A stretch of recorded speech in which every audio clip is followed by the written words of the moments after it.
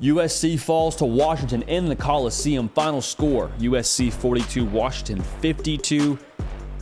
What we do here on Sundays is we tell the truth.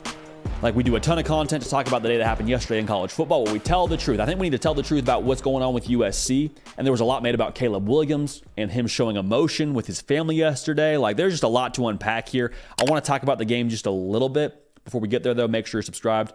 Pushing towards 200K. The same way that USC, I would imagine, in the offseason pushes hard to correct the defensive side of the ball. So make sure you're subscribed. Don't want y'all to miss a minute of what we got going on right here on the Other YouTube channel. USC fans, appreciate y'all that have been dialed in. If you haven't yet, again, make sure you're part of this by subscribing. Follow me on Twitter and on Instagram at JD Piquel. On both those platforms, let me know. Follow me and DM me or tweet at me, whatever. Let me know what you think about USC now going forward. Because I feel like the game itself kind of went as projected. The over was like 76.5. They blew by that. Washington scored a ton of points. Caleb Williams gave another huge effort. The Washington offense outpaced the USC defense. They made more plays. Like, we've seen this game for USC. This is the sad truth. We've seen it probably 3 to 4 times, depending on what you qualify as this kind of version of game. There's a couple games where USC's been on the right side of this, but a lot of games where USC, I say a lot, a fair amount, more than you'd like to admit if you're a USC fan, that you've been on the losing side of this. And a lot of people have got opinions on Caleb Williams. Some fair, some unfair. Heck, we've been critical of his body language at times and feeling like, hey, we'd like to see you be a little more even-keeled. But at the end of the day, man, seeing him just breaking down, hugging his family in the stands. Like, that was a dude who gave his all for USC. That was a dude who has spent himself in a worthy cause. And I think when we talk about USC and we talk about Caleb Williams, we talk about his future, like, he wasn't crying for himself. Caleb Williams, his future is as secure as it gets. Dude's going to be the number 1 overall pick. Has got a Heisman Trophy. He has no questions left to answer. He wasn't crying because he lost the game. He's crying because his team missed on their goal for what the season was preseason. Was a Pac-12 title. Was a college football playoff berth. I promise you, was a national title. Those were all on the goal list for Caleb Williams. And they didn't achieve that. And last night was the nail in the coffin for that last team goal, rather, when it comes to the Pac-12 title. So all this talk around, well, maybe he should, not play the rest of the season. Like, nobody ever really bought into that actually watches college football and knows college football. That was always just a hot take that we don't participate in here. But watch that clip. Look at Caleb Williams breaking down, sobbing after that loss, and tell me that's not a dude who cares. Not a dude who's interested in playing the rest of the season, whose priorities are purely just to be the number 1 overall pick. That's a dude who cares about his teammates. That's a dude who cares about his team. That's what that looked like to me. Didn't look like someone who had, quote unquote, nothing to play for, nothing of value to play for the rest of the way with the Heisman and the college football playoff. That was always just, to quote Deion Sanders, that was always some bull jump. So now we got to have the sad conversation, the true conversation about what's going on with USC's defense. And I don't want to just approach this from the, hey, fire Alex Grinch, the defense is doing this, the defense is doing that, look at Alex Grinch, he's a bad coach. Like, a lot of people are saying Alex Grinch is a bad coach with no idea what he's doing as a coach.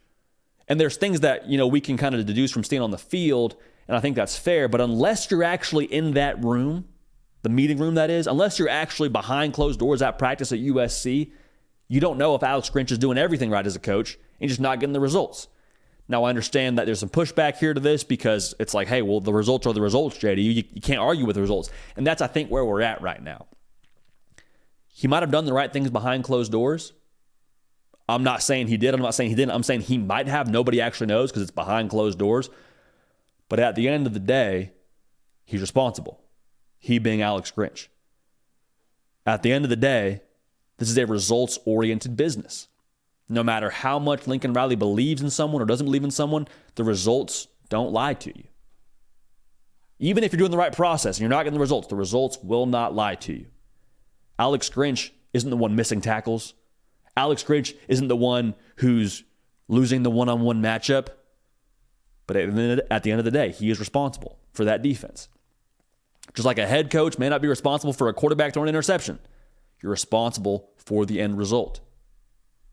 It is what it is.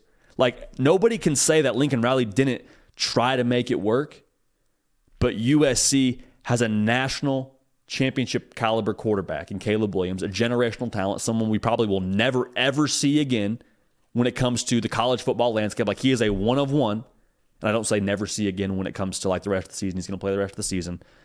USC has a national championship level quarterback, and they may end up going 8-4. Someone's got to be responsible. Someone has to be responsible for that.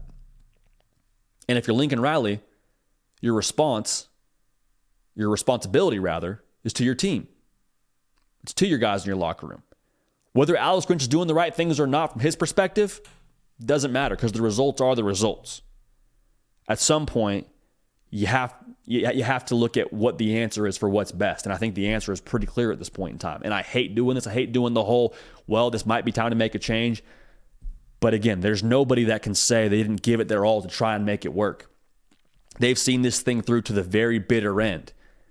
And now I think what's going to happen is you probably will have to make what is apparently the right decision of making a change at the defensive coordinator spot too late in the process, because Caleb Williams and what he could have been at USC will always be that question mark, which is going to be something that haunts USC's fan base for a long time, and I don't blame you. It'll probably haunt me as just a college football fan for a long time.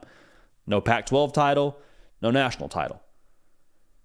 Yes, there's different plays that the offense could have made. Yes, there's different things that were probably team losses across his time there, but even so, like, the defense from a macro level was not up to par, was not good enough to make him the edge. He was always trying to be the equalizer. He was always trying to be the reason why USC could stay in a game. Instead, he should have been the reason why they were able to win games.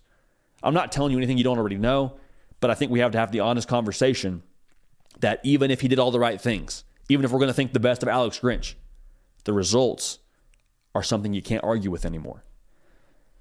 And with Lincoln Riley now, great coaches adapt. Ryan Day, he's adapting with Ohio State, and they're being a tough football team by nature of how they've lost to Michigan the last couple of years. Kirby Smart, when they got beat by Ohio State and he was the DC at Alabama, they said, we're not fast enough defensively. We got to change our personnel. Got better defensively, got faster, got better. Like, great coaches adapt. Nick Saban, offensively, we got to be able to be more dynamic. Goes against Tua Tagovailoa. You have to adapt. And for Lincoln Riley, now we have to adapt if we're USC for a couple of reasons. One, Caleb Williams will not be back. Will not be back next year. I'll say that again. If we're Lincoln Riley now, we got to adapt for a couple of reasons. One, Caleb Williams will not be back next year.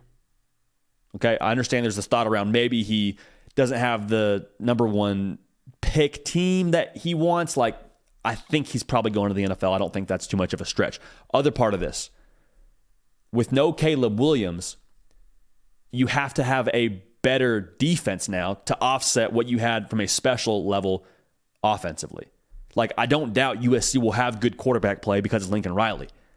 But to assume that you're going to get special quarterback play like Caleb Williams to make up for the defense, there's a lot of games that USC probably should have lost defensively. They didn't because Caleb Williams put the cape on. Next year, you don't have that.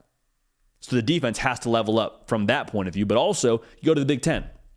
And in the Big Ten, just by nature of the schedule and the way that they play football in the trenches and the way they're going to move the line of scrimmage and who you have to play, like, you have to be better defensively. You have to adapt.